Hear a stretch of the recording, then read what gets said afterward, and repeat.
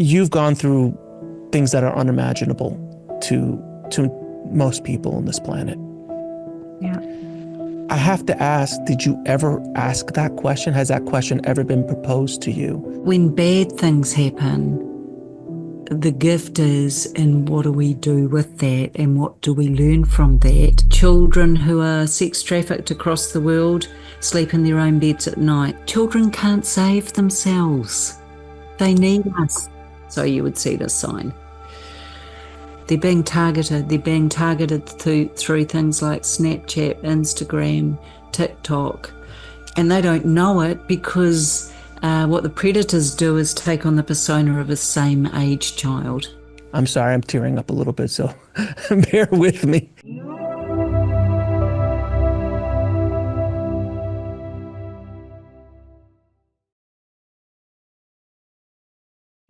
I'd like to welcome to the show Gloria Masters. How you doing, Gloria? I'm great, thank you. Thank you so much for being on the show. When you came across my desk, your story really touched me, and the work that you're doing in the world to try to help children who are sex trafficked and abused and kidnapped and all of these things. I felt that it was an important message to put out there. And I think that this episode's going to hopefully help heal a lot of people out there. And that's my intention. I think that's your intention as well with this conversation. So I appreciate you being so brave to come out and speak about this publicly and do the work that you're doing in the world. So first and foremost, I applaud you for what you're doing. Thank you. I felt that. Mm-hmm. I do too. So let's dive in. Tell me your story of what happened to you when you were younger, and then we can go from there. So thanks, Alex, for agreeing to have me on the show. Very much appreciated by me. So look, I was born and bred into a family where I believe intergenerational child sex trafficking was the norm. So I'm from New Zealand, from West Auckland, and I was first of all abused by my father from infancy, really, but sexually abused more and more from the age of 4.5 was when it all really kicked off. I had a mother, of course, but she was very unavailable, so very narcissistic, very disinterested, very much get out of my way type attitude. So I had no safe adults around me. Now, a rather sick twist to the tale was that from about the age of 5, my grandmother, my father's mother, was tasked with training me to be the best sex slave possible. And unfortunately, where I had thought there was love and possibility of acceptance and safety, it turned out that was the very worst place I could ever be.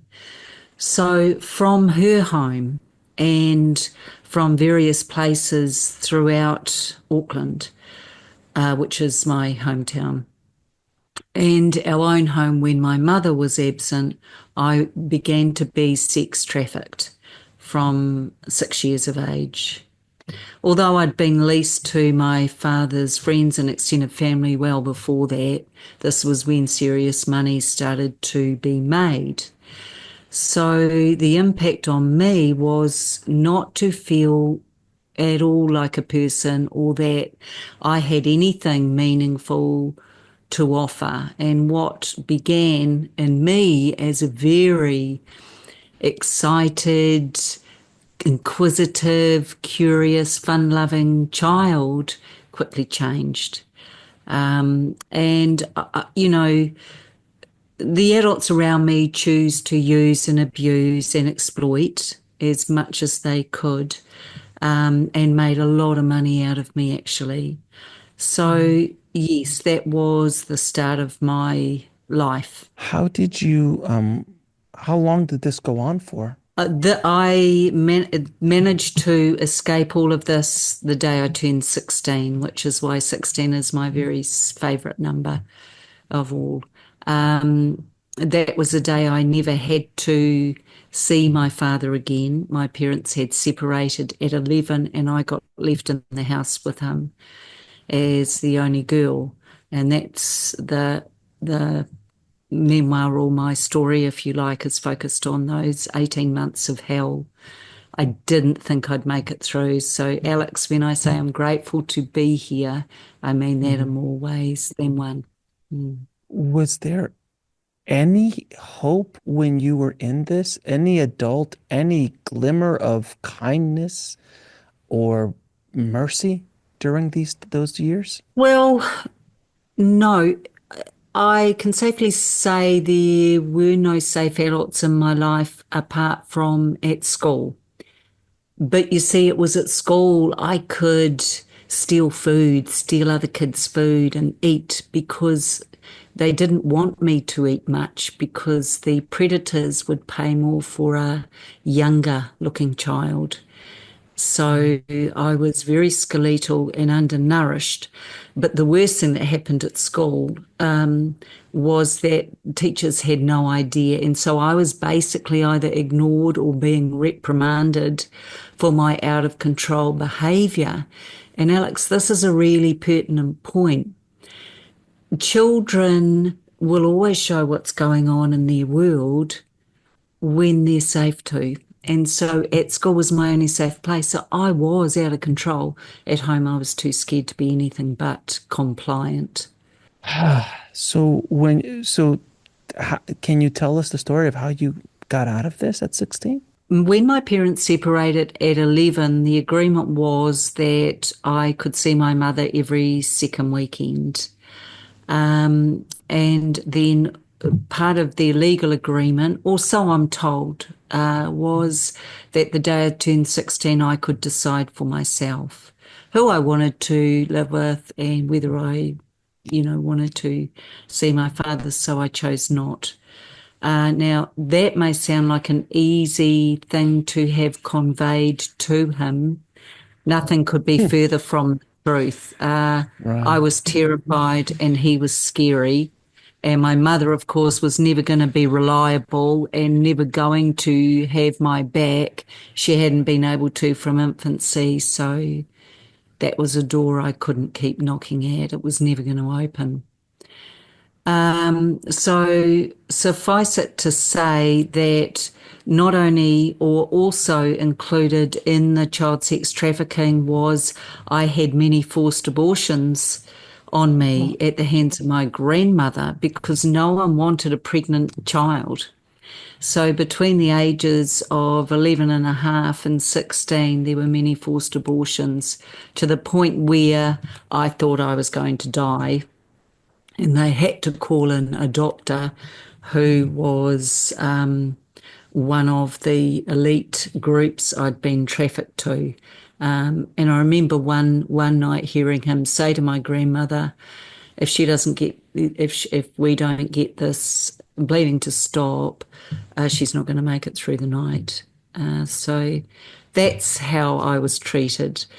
I was trafficked to many groups. I was leased out of a nightclub in our red light district from the age of 9, and that was in an upstairs room in our red light district.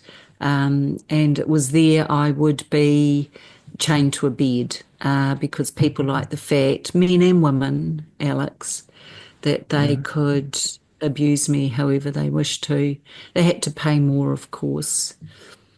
Alongside that was I had to perform in child sexual abuse materials, as in videos, and perform on adult men Hmm. and women and children at times, because those images and those videos, the old-fashioned, the old what do we call that? 8 millimeter, Um, 8 millimeter or video, 8 millimeter. it, yeah, back in those days they didn't have video. So it's, yeah, it's So the 8 millimeter. Yeah, Super 8. yeah. Okay, and I always remember the sound of the clicking as the Oh, tape wow. turned. But Yeah. I would approach not another adult around me, but at the softest, safest looking pedophile, believe it or not, because I thought if I was to approach them and behave in the sexualized way I've been trained to, they may be gentler with me and not hurt me as much. Mhm. So there's so many layers and levels. I'm so grateful to be here. I'm very thankful.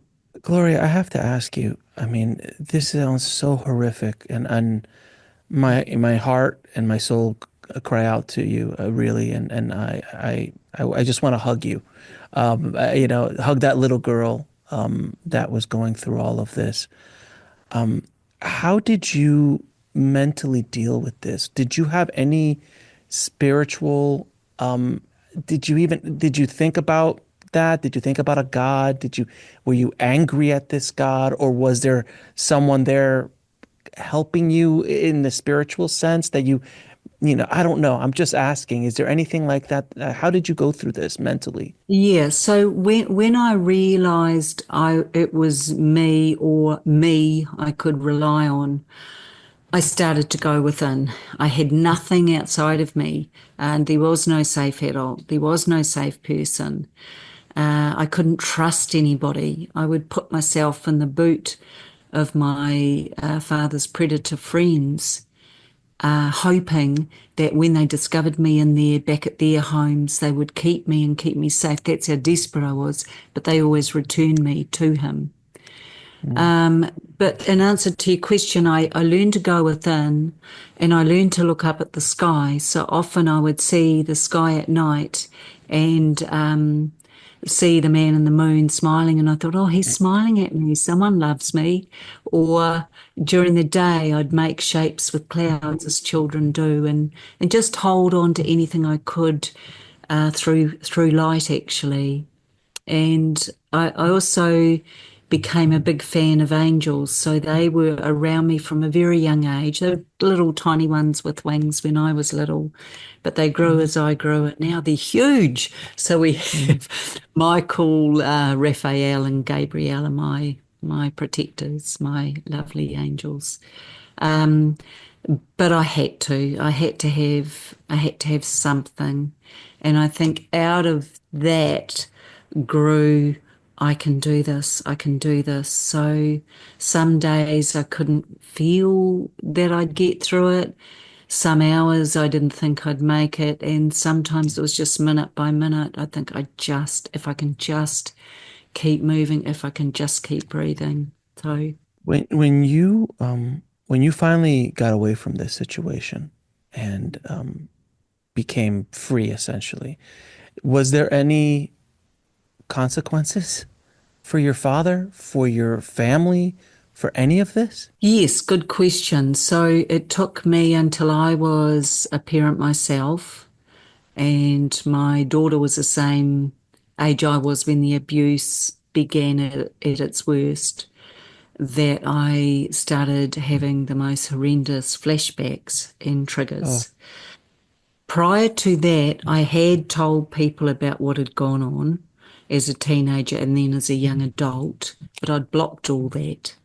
Um, oh, and so when the mind is ready, the recall appears, and so they came at me, and you can imagine it was at the speed of light. If I hadn't been a parent, Alex, I wouldn't be here today. It was that horrendous, and that was the memories. That was not the events in terms of me experiencing them. That was just the recall. So you can mm, imagine the horror. And so, yes, for me, dealing with all of that took a toll, but it was during the first year or two of recovery of memory, full memory, that I went to a lawyer who then went to the police, who then began an investigation. And they had 7 full-time detectives on the case. They worked very hard. And when they came and saw me, they said, unfortunately, it's not that we don't believe you. You're credible. We could put you on the stand tomorrow. It's more that the burden of proof can't be met, and you're only one person out of many who say that never happened. So my whole family turned against me. I lost everybody because I was evil, deluded, a liar, the black sheep, a troublemaker. And yes, my mother worked very hard to make sure the rest of the family saw me that way.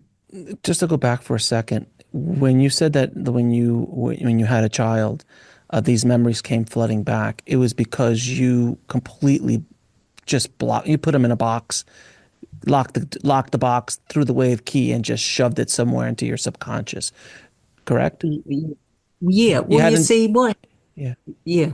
So it's a really important point actually, because you'll have amazing survivors watching this. Hmm. And this is good for people to be aware, if okay, Alex. Hmm. All this horror occurs as children and teenagers, we can't stay in our body, but the body can't leave, so the mind does. And Hmm. that's what dissociation is. Now, for me, the horror, you could make a documentary or a movie about it and people would think it was fantastical as opposed to real or truth. Hmm. So even though as a 13-year-old I told a friend of mine what was happening, and as a 20-year-old I told someone I was training with to be a teacher what happened, I blocked that as well. So I blocked everything to do with it until my mind was ready. I was ready to deal. And that is when I was in my early 30s. So you just could not process it. You didn't have the equipment, the skill set to process it. So your brain, I'm just trying to dig in here a little bit because it's so important for people to understand this, that, we all have traumas in our lives and we all block things that were traumatic in our lives. Obviously, what you dealt with was an extreme and a Yes. horrific extreme at that. But the concept, the idea is still the same.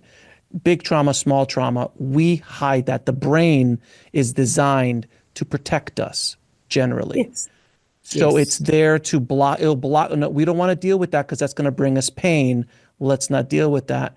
But the longer you went, when it finally, the dam broke, if you will, it was such a rush that I'm assuming it took a lot for you to even handle that because you were not forced to. It was right in front of you, and your brain was like, no, I can't hold this back anymore. We need to deal with this. Is that kind of how it happened? 100%. And it's like, look, if you are in a car accident and it's Right. a fairly serious one, it's the best analogy I can think of. You may not recall what happened to you for several days because Hmm. your mind kicks in to protect. It protects us from the trauma of knowledge, of knowing, of being in the moment. And as I said, the very best definition of dissociation is the mind leaves because the body can't. That's right. So, yeah, so I could deal with it apparently in my 30s. So thanks, it came. You know, And once that flood of memories came back, I'm assuming it was kind of like oh God, I don't know if this is a good term, but the dark night of the soul. You had to do the shadow work. You had to go in and deal with these monsters inside of your yeah, psyche, and you had to yes. bring them out into the light, which is not fun at all.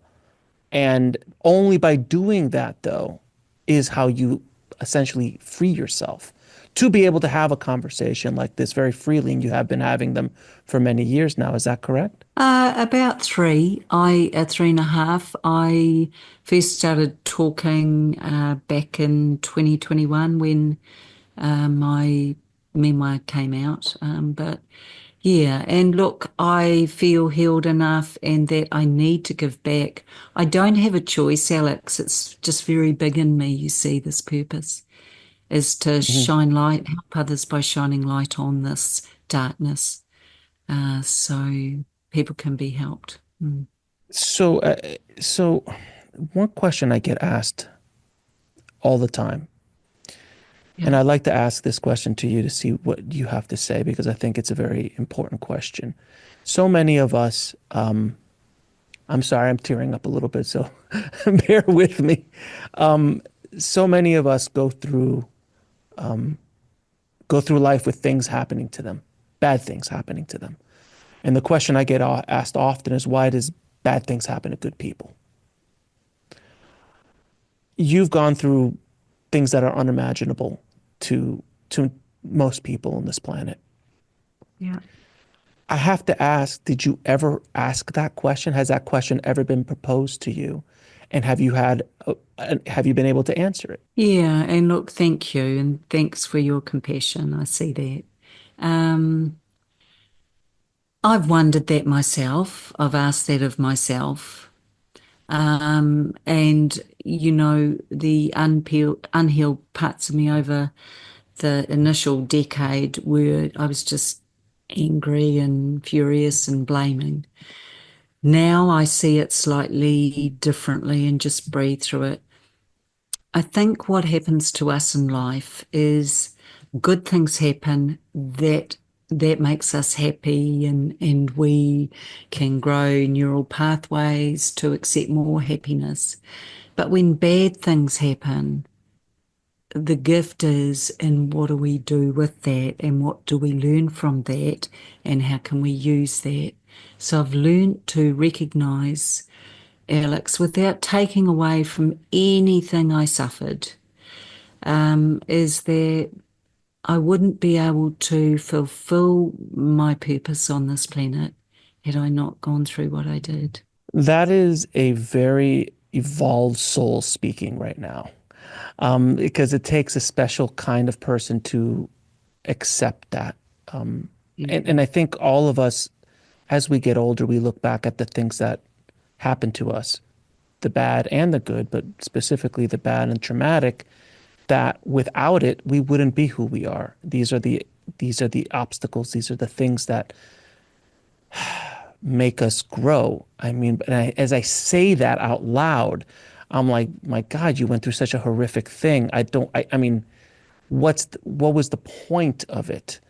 And you're just saying it. The point of it is now you are helping, people around the world, hopefully, hundreds of thousands of people will watch this, and that will be a kind of ripple effect from this conversation for years to come that could I help hope somebody going through so. this.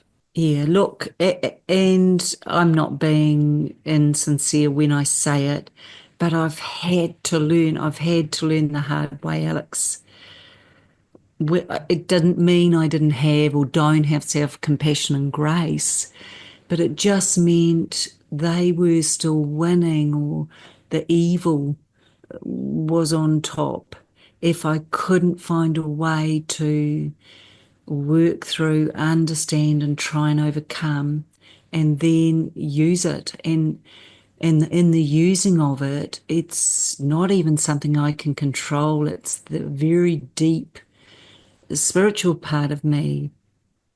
Do this, do this, do this. I've got to do this work. It's my purpose. So.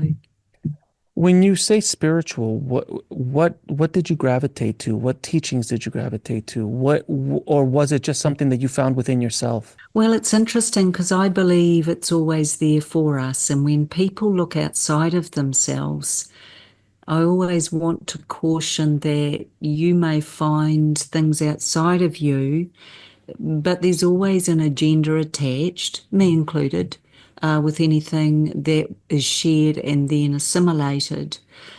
For me, what I often think and wish for everybody is stop going outside and start to look within. That is where the answer is. That is where the truth lies. So I was grateful, you see. I'm so glad I had angels around me, and I knew the ethereal nature and the gentleness and the softness, and their light is what lifted me. So on those days, it wasn't feet I had, it was wings that were carrying. And Well, let me ask you, I mean, this is an obvious question because it's the first thing that pops into my head is how did you get over the anger? Did you have anger? Or did you just skip right through the anger and go straight to the pain? Like how, if you yeah, did have anger, how did you overcome it? And how did you overcome the idea of revenge? of Yeah. vengeance, you know. I Yeah. mean, that's that I have to believe that crossed your mind at one point or another. Of course. And look, you are talking to a human being who also happens to be an earth angel, but there you go. So, no, of course. Look, it took me a long, long time. It's been over 30 years since I started dealing with this. And the grief is a cycle. And I felt anger at times, but you see, whenever I tried to speak out as a child and teenager, or even trying to deal with my family who wouldn't believe me, I ended up using my voice and trying to be as gentle as I could around it. But I was so often slammed down that if I started to get angry, the consequences were dangerous for me. So I learned from quite a young age to just be compliant, to just be the carer, to just be everything I could be to keep everybody happy. And that was very big conditioning. It's only been in the last 5 or so years with a therapist I see who said to me, much like you, where's the anger? What's Mhm. happened with the anger? And I go, oh no, I don't need to feel angry. Ah, well, she did some work with me. Put it this way, you wouldn't have wanted to be a driver on the road for the next 6 months when I was in the car. But yes, it did surface, and I did try to manage it. But I also had to accept that actually anger is as healthy as an emotion as joy or happiness or peacefulness or, Mhm. curiosity. And I had to learn to assimilate that because my father and brother, who was also a very big abuser of mine, very evil man, what was I was always terrified around them. They were much bigger than me, but they were very, very, very vitriolic and rage filled. So Alex, anger had never felt safe. Now I'm there. You've embraced your inner Watch Liam out. Neeson. You've embraced your inner Liam Neeson. Uh, Yeah, that's great. watching you. Yeah, yeah. It's an important thing because so many people that go through trauma, there is a lot of anger that they don't deal with, and they just shove it down as part with the trauma. So when it all Yes. comes boiling up, it's a lot to deal with. What advice do you have for people who this might trigger something by watching this? This might crack that dam that they've held, sealed for 20 years, 30 years, a lifetime even. And all of this is going to come out, rushing out. It's not even a controlled release. And like when you're going to a therapist, it's a control, it seems at least somewhat of a controlled release. What happened to you was not. It was just like boom, and it all came in, and you just had to Yeah. to handle it on a psychological and Yeah. emotional and spiritual standpoint. So, what Yeah. advice would you have for someone who is about to or is going through this recollection, this flood of anger and trauma that they're dealing with? Well, I think it may surprise the audience, but accept it. It is there to teach you and to help you. The worst thing you can do is block it or stop it or try and remonstrate with it about go away, it's not good for me. Mhm. That will then come back in ways you don't even want to imagine. It won't leave you alone until eventually you get hit over the head with a piece of 4x2 because it's coming for you and you're going to have to manage it. So, best advice, accept it, breathe through it, and then ask it what it has to teach you. If you allow it to embody you, the trajectory it takes tapers off and it's gone more quickly than if you try and block and stop. It's healthy, we need it, we just need to learn ways to manage it so we don't hurt ourselves or others. We were talking before you came on about the hand signs for kids. Yeah. thing that you were talking about. Can we talk a little bit about what this is and how important it is to teach our children and anybody who's in trouble this sign? Yeah, thank you. So this was first coined in northern Canada in, I think, 2020 when the first lockdowns occurred across the globe. And it was for women who were being domestically abused and trapped in the house. And so you would see this sign. Last year, through the foundation I run, the charitable foundation called Handing the Shame Back, which is what adult survivors do, Alex, when they find their voice finally, yeah, about their abuses, handing the shame back, speaking. And I realise we have a lot of young people and children who are still being sexually abused and trafficked. And that what I know to be true is that children don't speak of this. Only 5 to 10% will ever find the words. But what children can't do is hide behaviour and hide what their body is doing. So I repurposed it, reached out across to northern Canada, and said, "Look, I'd like to use it. Yes, go ahead." So this is now for children under 16 to use, and we know it's being used across the world. You Hmm. cited an example. I've got people in New Zealand who have reached out and seen it being used in schools. We've got people all across the globe who reach out and say, I saw it," and they're able to do something with it. Because my question becomes, who's going to save the kids, Alex? If not you, then who? Yeah, I was telling you before we came on that I was aware of this sign. My children know the sign as well. We saw it on the news that there was a child. I think we've been kidnapped, Yeah. and she was on in the in on the highway, and this other car drove up next to her, and they pulled out the phone, and she just went like this, and she kept going like this to them, and they didn't. What is that? What is that? And at the time, they didn't know what it was, but there was something else. So the lady looked up that hand sign, and they discovered that that meant that she was in trouble. Help me. Yep. And she Yep. called the police. The police pulled it over and saved the child. So that signal is that hand signal. And for people listening, it's all four fingers covering your thumb as your thumb goes underneath. You could look at it on YouTube. It is such an important and powerful tool because you can't say things in public when you're in that situation, but you can sneak a You can hand. see. You can signal pretty quickly. And I love that you've brought that up because it was only the other day I went and saw a chiropractor and we were talking about the hand sign and he said it's interesting.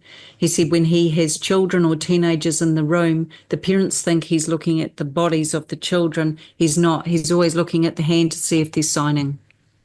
Really, really. Can you imagine if we had this on billboards across the world? This is such a massive, massive problem, but I have hope because there seems to be a lot more awareness now. With that film, I think Sounds of Freedom, and all the Epstein thing that happened. These things are starting to come out now, and that was not the case 10 years ago, 20 years ago. It was never spoken about. 100%. You're 100% right. I did interview Paul Hutchinson, who was Hmm. the chief producer on Sound of Freedom. Hmm. And he and I both agreed the vast majority of children who are sex trafficked across the world sleep in their own beds at night. So, Alex, we've got to get over the Wow. fact this is happening in streets around you. We know that by in our country, and not dissimilar, I'm sure, to yours, but the time a girl is 16, 1 in 3, Hmm. and 1 in 5 boys will have been sexually abused. So this is bigger than we think. There's more and more being uncovered. And we just need to be mindful that for our young people, they're being targeted. They're being targeted through things like Snapchat, Instagram, TikTok, and they don't know it because what the predators do is take on the persona of a same age child. Um, Mm. But just be aware, parents and safe adults, please, that not everything is as it seems, and we need to teach kids some tools, some body safety rules, and some ways to keep themselves safe so they can let adults around them know when things aren't right. What you just said was such a powerful statement that most children who are sex trafficked sleep in their beds at night. Yes. That is absolutely terrifying because I think the image in the public's eye is films like Taken, films like Sounds of Yeah. Freedom, the Yeah. very, and those exist, that situation exists, but that is not the majority of what's happening. The Yeah. majority is actually what happened to you, family Yeah. sex trafficking, their child, or there's sex trafficking, there's sexual abuse, two different things, similar but different. But what happened to you is not just something, not just No.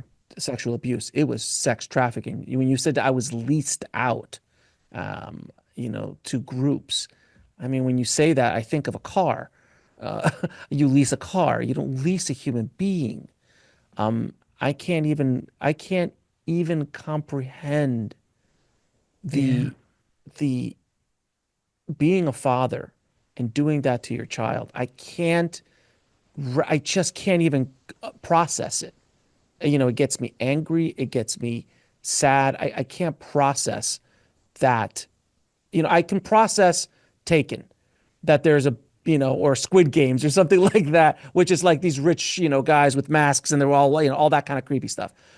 I get that. Or the Epstein Island or that. I kind of can wrap my head around, but that your parents, the people that brought you into this world, that your loved ones do this to you is something that is so so so difficult for me to understand. Well, yeah. And unfortunately, over 93% of sexual abuse of children and young people is by someone well known to them and or their family. So wrap your head around that. I have to ask you because something else in this subject has come out recently is the whole P. Diddy thing here in the Yes. States, Yeah. which is explosive to say the least. And, there isn't anything out there that's rock solid just yet, but there's a lot of circumstantial evidence being talked about. And, Hollywood and all of that. And, when you hear these stories, you're like, how could this go on for decades in plain sight? Not even like hidden in a dark alley somewhere or in a dungeon somewhere. Like this was parties, people coming in after midnight. Everyone, who's not an adult has to leave. Like these kind of.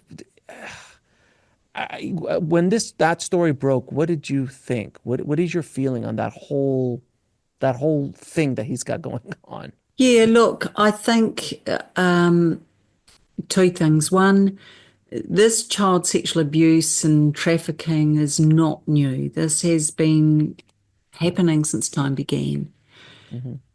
What people struggle with, and I think the reason people struggle is this thing I call cognitive dissonance. So, Alex, the reason it's known but never really talked about is because it goes against good people's ethics, values, and morals. And like you just said, you can't even get your head, how could a father do that? So for most good people, they turn away because no, that can't happen. And by the way, that child's always but misbehaving. So I think they're naughty and they're probably lying, which is how you would have described me. But what people didn't realize was it's a cry for help. And so the cognitive dissonance is one reason. But I also think, yes, I believe it to be true because, I'm thinking about the children among the people that have come forward that were children at the time, a boy as young as 9, who was promised by P. Diddy that he would get him into the music scene. He Hmm. just didn't realise what the cost to him would be. You know, another girl who was included on a beat laid out with other children as party favors for some of these celebrities. And some of the people that did take part in it, you know, there are talks of, you know, they were heavily drugged. I don't care. It still happened. But the other thing I would love to know what you think, Alex, as well, is there were people there who did not take part in that, but they Mhm. observed it. What's your view on their complicity in this? Well, I mean, the Me Too movement kind of really broke open a lot of that complicity thing. I mean, I'd heard in my travels going through Hollywood when I was a young man, I was in my 20s, and I was invited to a lot of these big rooms with the big producers and the big movie stars. And I would just hear things. I would hear things about certain actors that would be like, I'm sorry, what? You know, I still remember, I won't say his name, but we were, I almost did a movie for the mafia when I was 27 and a $20 million movie. So I had a gangster threatening my life on a daily basis for a year. One of the more traumatic things I've ever had to go through in my life. But when I was flown out to LA and I met a lot of these big celebrities and agents and all this kind of stuff, I literally was hearing an agent, like this actor's agent says, "Hey, this actor, he really wants to be in your movie. He'd love to meet with you, but I have to kind of warn you about something. When he meets guys, he just likes to grab them in the balls. That's the way he says hello." And I was just like, what? And of course, my gangster doesn't play that. So we never got to meet with. He goes, if he touches me, I'll throw him through a window, kind of thing. He was an old school gangster. But I'd heard these stories and I'd heard a lot of them. So when the Me Too movement happened, I saw it. But things like Harvey Weinstein, the complicit, like it was so complicit. Knew. The entire town knew about that. Everybody knew about Harvey. But yet no one ever did anything. So same thing happened So with what this. is, Huh? yeah. So what does that tell us? If no one ever did anything, is it self-preservation? Is it I'm scared of what Harvey might do to me if I, Oh, it's that. tell what, When they're that powerful. Same thing with P. Diddy. He was so powerful because he had so much dirt on so many people that he was basically yes. a mob. He was a mobster. He was the Godfather. So he would just, he's acting like a mafioso essentially, not a music producer. So people were terrified. So if they did see something, they're not going to say anything because they didn't want anything to happen. So it's So, it's fascinating. but everything you've said, if we extrapolate that out and project it onto 16 and unders, the children that were being abused, Yeah. people knew, nothing was said. So we need to start holding mirrors up, as Oh, society. absolutely, Yeah. absolutely. I mean, the stuff look, there's certain young musicians, and young pop stars who were in his circle that I'm just terrified to think about what happened to those kids when they were kids. They're adults now, but what happened to them, what they've Yeah. dealt with to get to Yeah. where they are. Yeah. Hollywood is one of those places that, and this is not news. I mean, there was a documentary on the sexual abuse of kid stars on Nickelodeon and a Disney Channel and these kind of things, Yes. the pedophiles, all that stuff. This is not a new thing, but the light that's being placed on it is, and it's something Yes. that is something that's really, really important to put out there. But I love that you're saying that, like, what about the people who saw that and did nothing? Well, that's something that they're going Yes. to have to live with. They're going to have to live with that because it's either because it was self-preservation or I don't want to get involved or it's not my problem or any of that stuff. I get it. I understand all of that stuff, especially in Hollywood when your career is everything and there's one person who could literally make a phone call and you're done. And you're done. Yeah. It's happened. There's happened. There's an Oscar winner out there right now who has not worked because she crossed somebody, not on the Yeah. sexual stuff, but just in general. So it Yeah. happens. I get it. I get it. But it's some things are more I important. know it's just Alex, I'm sure you would agree, and I'm sure your audience would. Children can't save themselves. They need us. Agreed. They Agreed. need us. And in the non-action, there is action because the action is choosing not to act. Sorry, there's a choice. That person made a choice. I Hmm. saw, I may have hated it, but I stayed. You chose, mate. You chose, buddy, didn't you? Absolutely, absolutely. And I think that whatever happens with that case, the Diddy case, I think it's going to be a nuclear bomb going off. Yeah. Um, because Which is it's good. not just Hollywood. It's Oh, music industry, it's business, it's financial CEOs, it's everything. Because I mean, he's been throwing parties for 25 years, you know, all of these kind of things for 25 years. He's been doing this since the 90s. So you mean to tell me how many people walked through those doors? How many people were at one of these infamous parties at one point or yeah. another? It's going to be, I think, a needed nuclear bomb kind of going off in in this unfortunate thing that happens in the world. It's the kind of light that needs to be shined on this, and I think a case like his will do that if it's allowed out. I think there might be some hope in this, but they have thousands of hours of tape, thousands of hours that they got. So unless they're covering it up or they won't release it, but I have a feeling that there's some names that don't want to come out. That's for I sure. bet there are. But you have to ask yourself, you mentioned Epstein before. Yeah. Do you think while you and I are still drawing breath, the names will ever be released? Because I don't think they're No. ever going to be released. Not in the No. Epstein case. So That's what gone. does that yeah. So the message is kids and teenagers, have no value here. You may have been abused, you may have been exploited, your lives may have been ruined, but you are of no value here because these megalomaniacs are the ones who are more or seen as more important. But equally, Alex, they're being protected. Now that's the corruption, and that's the stuff we need to be aware of because, when I think about it, the cost to us globally, I'm not talking fiscal, I'm talking spiritually and mentally, is just horrendous. We're living in an age where, as I quoted to you, 1 in 3 girls and 1 in 5 boys are experiencing this. The numbers aren't decreasing. My question is, where's the noise? If this was Mm. motor vehicle accidents, what do you think would be happening? Oh God, it'd be lawsuits everywhere. Everybody would have like, you can't get into that car. You're killing people left or right. Of course, you couldn't.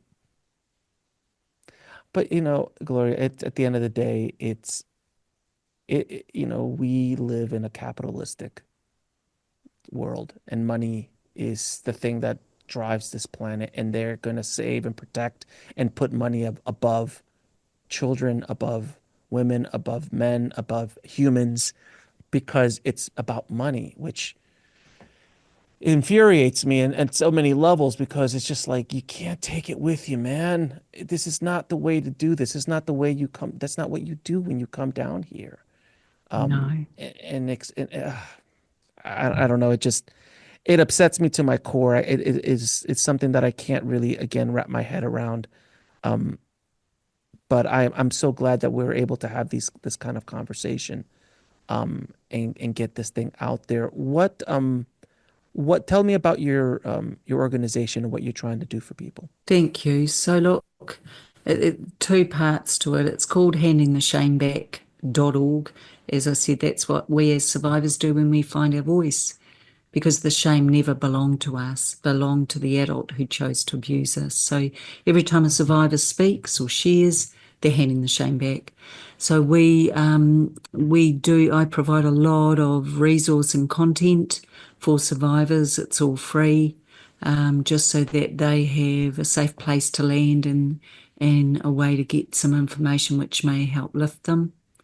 And support them and have them feel less alone. The other branch of that is the child protection and advocacy, and that's where the hand sign comes in, and that's where that third book, Keeping Kids Safe, comes in. And in that are a whole lot of techniques and ideas for safe adults to use to educate their own children. Not a book for children to read.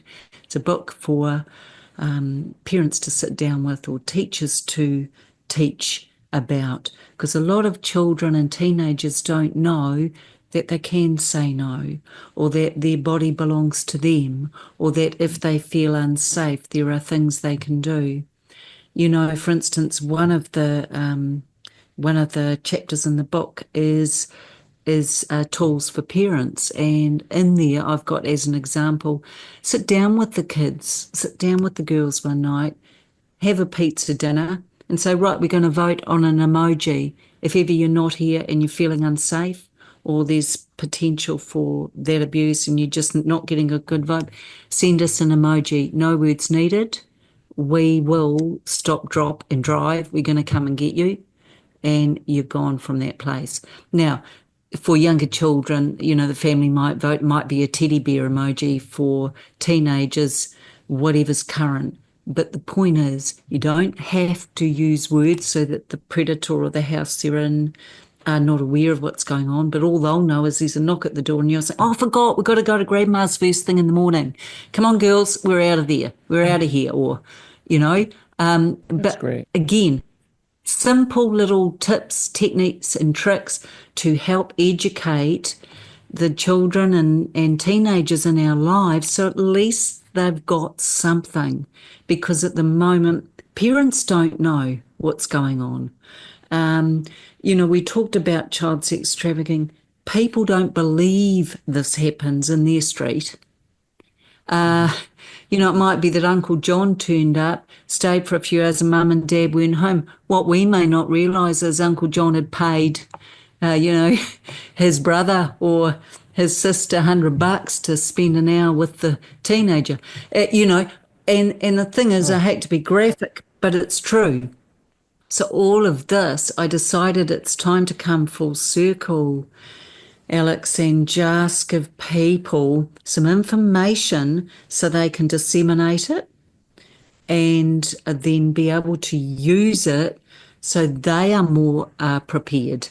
You know, we get people here in New Zealand had a family contact and say, really stressed, my nephew's been at school and he's now suspended because a group of older kids were playing an online game together, said to him, you've got to do something to a girl at school, this age, it might have been an 8-year-old, and then send us an image. And if you don't, we're going to share that photo of you that, you know, you had taken for us, and we're going to spread it around everywhere. So we call that sextortion. Now, there's a lot of this happening. There's a lot of things safe people, safe adults, good people don't even know exist. So part of the book, Keeping Kids Safe, it's a roadmap actually for parents, teachers and others. So at least then once you know, you can't not know. That's great advice. That's really great advice. Do you have any tips or advice for someone who is feeling overwhelmed with their healing journey of healing their trauma? Yes, look, I think it comes down to self-grace and self-compassion. As survivors, we're used to feeling wrong, that somehow it was our fault, that there's some guilt we misplace. So self-loathing is usually in there somewhere in the top 5 emotions we feel. So I think being kind to self, and if you can, swap it out with what you might say or how you would treat your best friend who was sharing your story, sharing their story with you. If there's one message you'd like everyone to listening take away about healing and survival, what would it be? There's always hope. Even if there feels like there's none, there's hope. And I know that to be true because I had to find that. Now, Gloria, I'm going to ask you the same questions I ask all my guests. So, Sure. what is your definition of living a fulfilled life? I think one where you can be authentically you, and one where joy is a feature in every day of your life. Too often, I think we get it round the wrong way and put all our energy into work and commitments and forget that joy can be found in having a laugh with the kids over breakfast, or noticing that that dog just banged into a wall, or whatever silliness you have, the joy within, finding the child within, I think, and experiencing that is sign of a fulfilled life. If you had a chance to go back in time and speak to little Gloria, what advice would you give her? You're a hero, and just never ever doubt the beautiful spirit you had, and that they didn't kill it. It was one thing they couldn't get. So stand strong and stand proud. How do you define God or source? Within. It's not outside of you. It always lies within. Just tapping into it helps. What is love? I think it's that feeling of everything that we embrace that lights us up, but feels potentially available to everybody because it is. And what is the ultimate purpose of life? To be who you are, living your purpose. What you have a unique quality. And where can people find out more about you and the amazing work you're doing in the world? Thank you. So handingtheshameback.org and gloriamasters.com. And Gloria, do you have any parting messages for the audience? Just that if in doubt, do something. But I'd just like to read the final quote out of the book, Keeping Kids Safe, if I may, because I think it's very powerful. Whose job is it to protect children, she asked. Not mine, said one. Not my problem, said another. The question then becomes, if not you, then who? Gloria, thank you so much for this conversation. I really do hope that this does help people listening around the world for many, many years to come.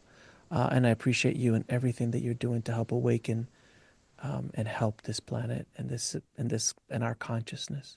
So I appreciate you so much. Thank you so much. Thank you. Thank you for your wonderful interview. Thanks for watching. Click on one of the videos below to continue your journey, and don't forget to subscribe.